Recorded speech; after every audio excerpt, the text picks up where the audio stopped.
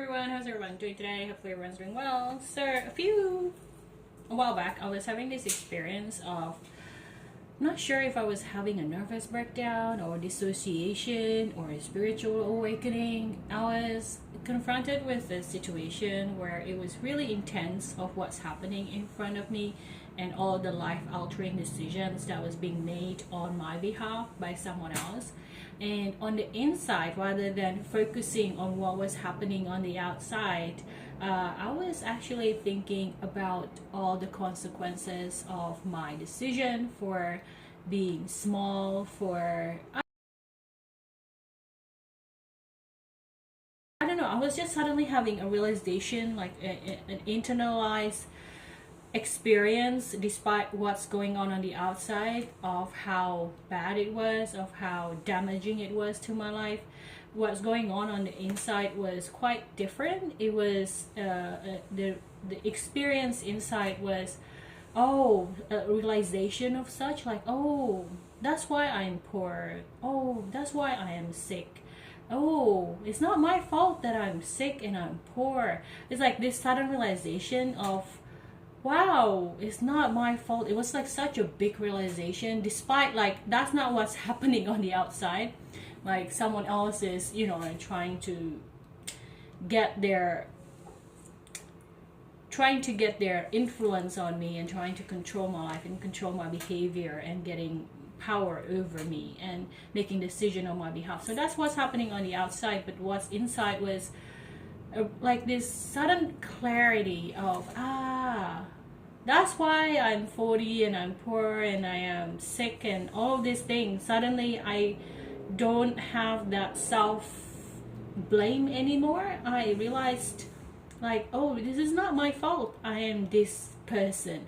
I was made to believe that this is the only identity that I can be, so that I can receive what I wanted when I was a kid, which was an affection, which was approval, which was all of these things. And I realized, like, I don't want all those things now from this person and their associates. So because I was no longer within their control and unable to be influenced, they have to use coercive tactics, and it works because it kind of like threw me off of my center and destabilized me and all of that thing. But I'm still, even like now time has passed, I'm still focused so much on the internalized experiences that was happening, which was the clarity of feelings of, that's why I made sure that I am small and I am not speaking my mind out, and I'm not defending myself, and I'm not taking care of myself properly, I'm not feeding myself properly, I'm not making sure that I'm wearing warm clothing properly, all of these things, because it's as if that I was still waiting for permission to be, I don't know, to be successful, to be well fed.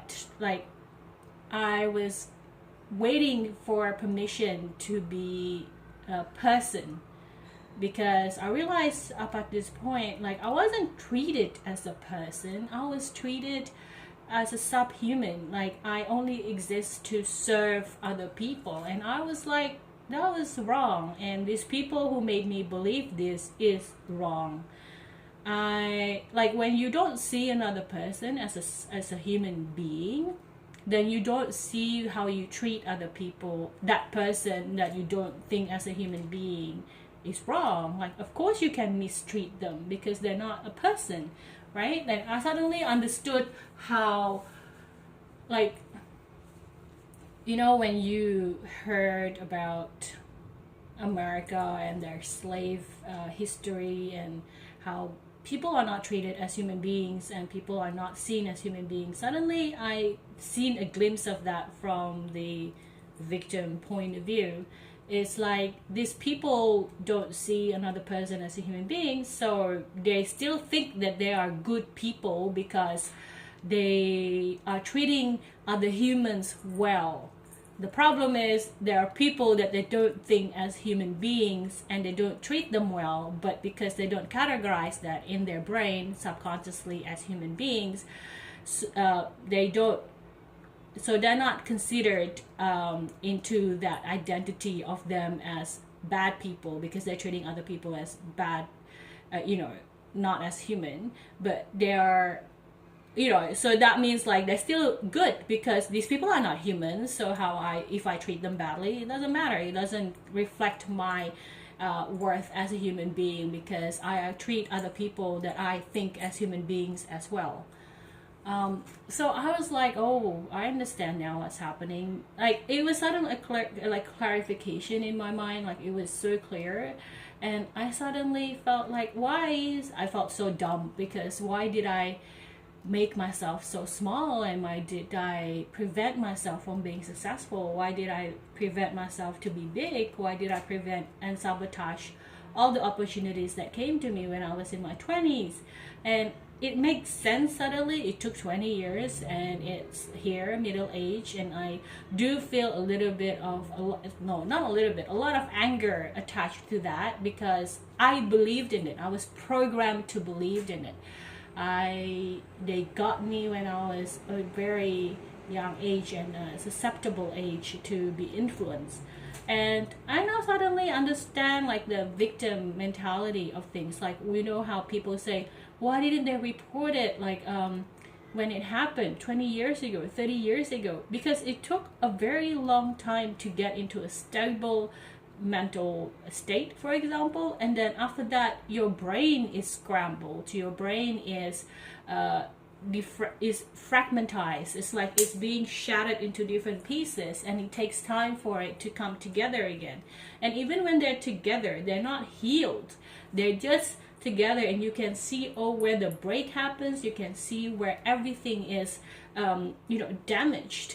So it takes so much time and energy and efforts, and you have to be willing to be well, and that is a very huge challenge. Because even right now, when I feel like I am in the most stablest mental position I have ever been in my life, I am still not 100% of where normal people should be, or where the normal healthy people with good mental health foundations and emotional foundation, with loving parents and with people that love them, even one person that love them and take care of them.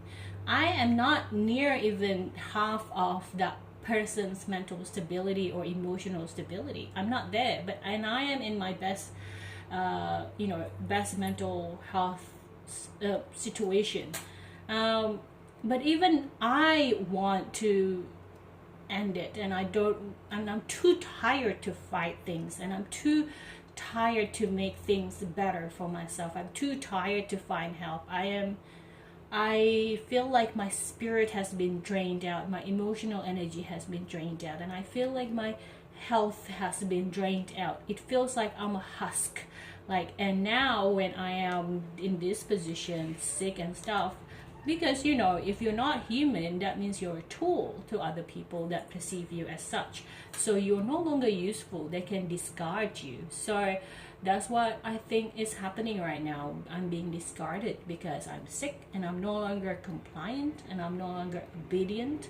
But I think my main concern is very much in that department of, I'm still trying to not self-blame myself for being a part of this whole scheme of trying to make me small and make me, submit to the power. And I feel really sad because I considered these people, and I know there's a lot of people out there with different experiences, probably much worse than mine, and with different traumas and different violence and different abuse experiences, and it's horrendous what they're going through. And I fully understand that there are people out there who are going through much worse experience than me. I'm just trying to express what I'm feeling and what I'm going through, and this is, even though for some people it is very light, my circumstances is very light problem that can be solved. For me, it's not. It's huge, and it's a barrier that I have to go through, as if that I have to hold my breath for, I don't know, years to come to see whether it's going to be safe or not. And it's huge issues in myself and in my own future. But yeah, the spiritual clarity that I had in that moment was really mind-blowing. Suddenly I felt like I want to embrace my past self, like, when you say your inner child work and that stuff. It feels like that's what I wanted to do. The first thing that I wanted to do in that moment was to embrace my inner child, like saying, it's not your fault, it's not your fault, you're not at fault, you're not at fault. These people tricked you and they made you believe that this is true. They're a master of manipulations. They're a master of pitting people against each other. They have been doing this more decades and decades and decades before you were born. So this is not your fault. You were already in the losing position to begin with. Like, you didn't have a chance, so it's not your fault. You did your best. You loved your best. You tried to be helpful and compassionate as your best, and you're not at fault for taking care of yourself. You're not at fault for making sure that you eat. You're not at fault for making sure that you are warm. You're not at fault for being a human being. You're not at fault with that. It's okay. You like, it was weird, like, suddenly when the outside world is trying to suppress you, suddenly there is an immediate liberation from within. There is an instant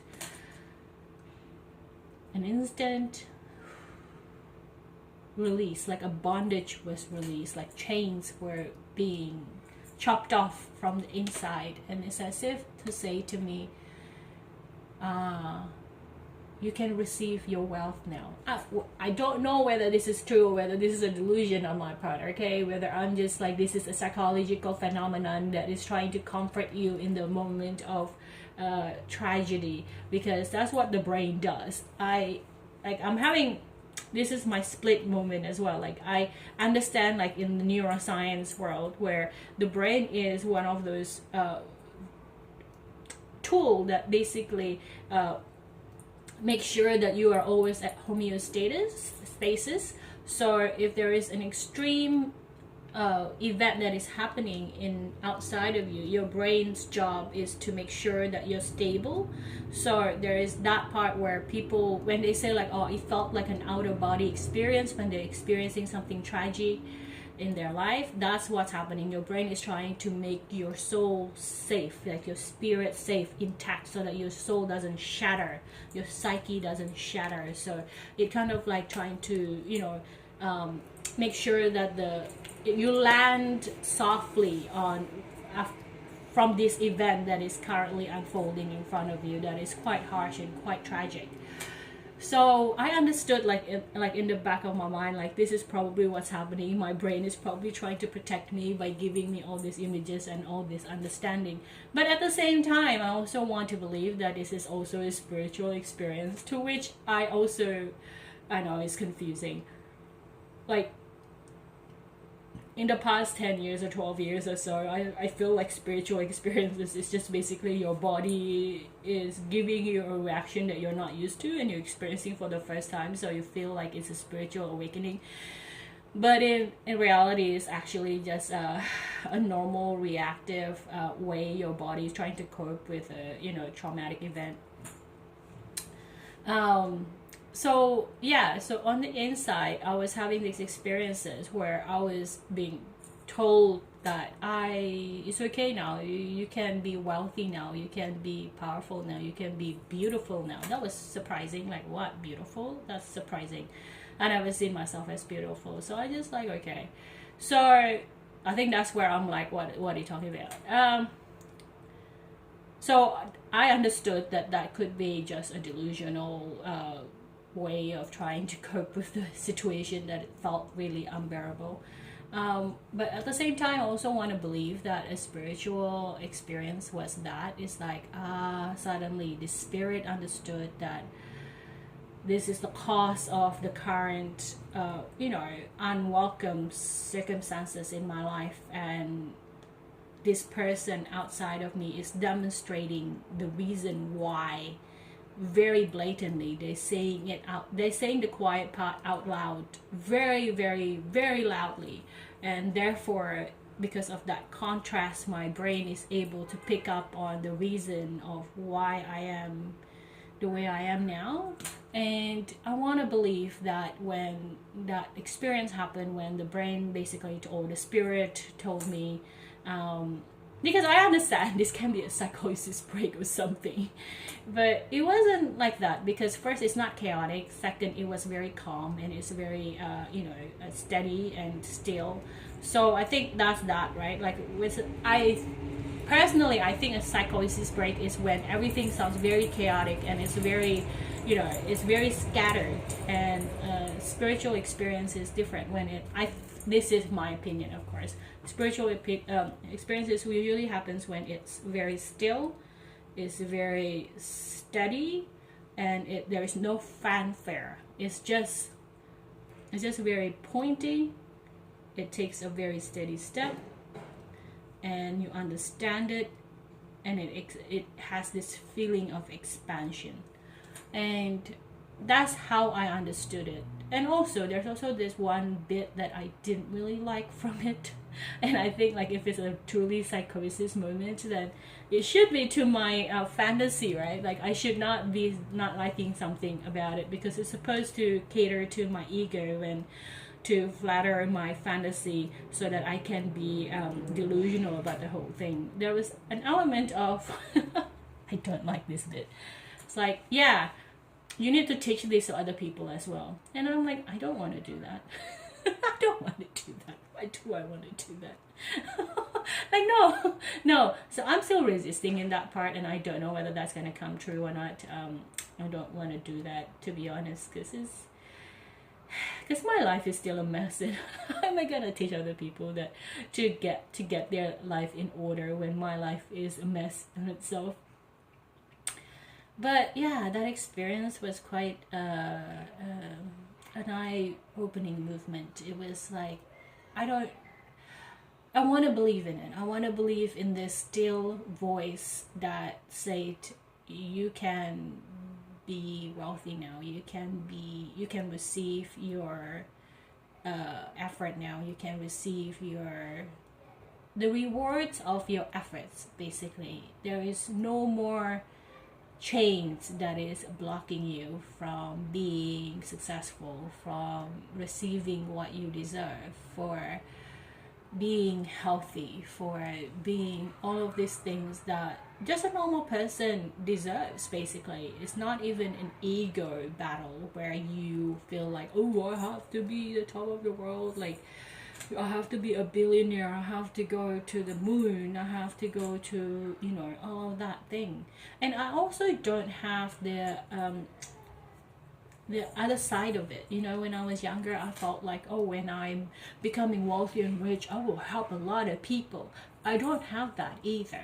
I don't have that particular voice in my head to say that, that guilt that is attached to wanting to be wealthy and not share it with other people, which is, I think, how I know that this particular experience is quite real, because it is solely focused on just beingness, being me, and being a full version of me. And I also know my personality and myself. I probably will help other people, but it's not a fake persona where you're like, oh, if I'm gonna be rich, I'm gonna be helping other people, and I'm gonna be doing all this, to gain, I don't know, flattery, attention, or whatever it is. It's not associated in my brain to do that, because I think a lot of people who, especially women, are attached to, like, you are doing better, so you should help other people. Like, you don't see that in men. you don't. So, and I not doing this to have a gender divide and all of that, of course, but I'm just saying that I don't have that. It's just a pure statement of you you are allowed now to be who you are. You are allowed to be embracing your full power. You are allowed to embrace your wealth. You're allowed to embrace your influence. You're allowed to be your full self. And to some extent, I want to play with the universe, and I want to tease the universe by saying things like, did I pass the test that you given me? Is this, a test that you have prepared for me for a long time and I didn't take it? And of course, like, there's also possibilities out there that this is just what's going on in my head so that I can cope with the current problem that I don't have any solutions to, and it's a delusional fantasy so that I don't have to face the reality of the fact that I don't have enough monthly income to sustain myself, even at this very cheapest rate that I could possibly get from these people that I have been basically giving you guys 20 minutes of the villain version of them, which is objectively speaking, I don't think, like, objectively speaking, I think people would see them as very generous, and people would see them as, someone who had been taking care of their close ones really well. So from the outside, I could see that I am the bad person in this whole story. That's for sure. But I guess I have to I don't have to defend myself, but I guess I am entitled to my perspective and my own opinion and how I feel inside. And I think that's the difference between this version of me, this 40-year version of me, that my 20-year-old, where I was putting these people on pedestals and making them a hero basically in my story, where I don't think that is anymore true, because now they have I think that's the price that you pay for putting people on a pedestal, is that they will turn into the people that is you put in the pit. So the people who used to think as heroes now are your villains in your life. And I don't think, to some extent, when I was going through it, I think it was extremely bad and really concerning. But now, like, removed from it and having to suffer the consequences of it, I feel like it's just the way the path unfolds. This is not saying that I'm not anxious, I'm not scared, I'm not feeling all these humanly emotions. I do, but I think when I'm stepping back from that and seeing it from a spiritual perspective, there is a certain stillness and safety and permanency that is available here. But me as the human being is going through all the things that is quite normal to go through, which is like anxiety, depressions, shock, denial, anger, feeling of extreme fear and scared, and this negative thinking of what can happen, how bad it can happen, and all that thing. So I am embracing all of that as well. So yeah, so that is what I am thinking with my current experiences now, and trying to be not as detailed as possible. I'm trying to make it as if that this is just from a purely internalized spiritual perspective, which was actually what was happening truly from the inside of me. Because as an autistic person, I feel like this is quite a different experience, maybe, but maybe not. Maybe other people are experiencing the way I do as well. Like, maybe our brains are not that different after all. But yeah, so that's my rambling for a Sunday, and hopefully we'll just get back to normal vlogging by tomorrow, but I don't really know.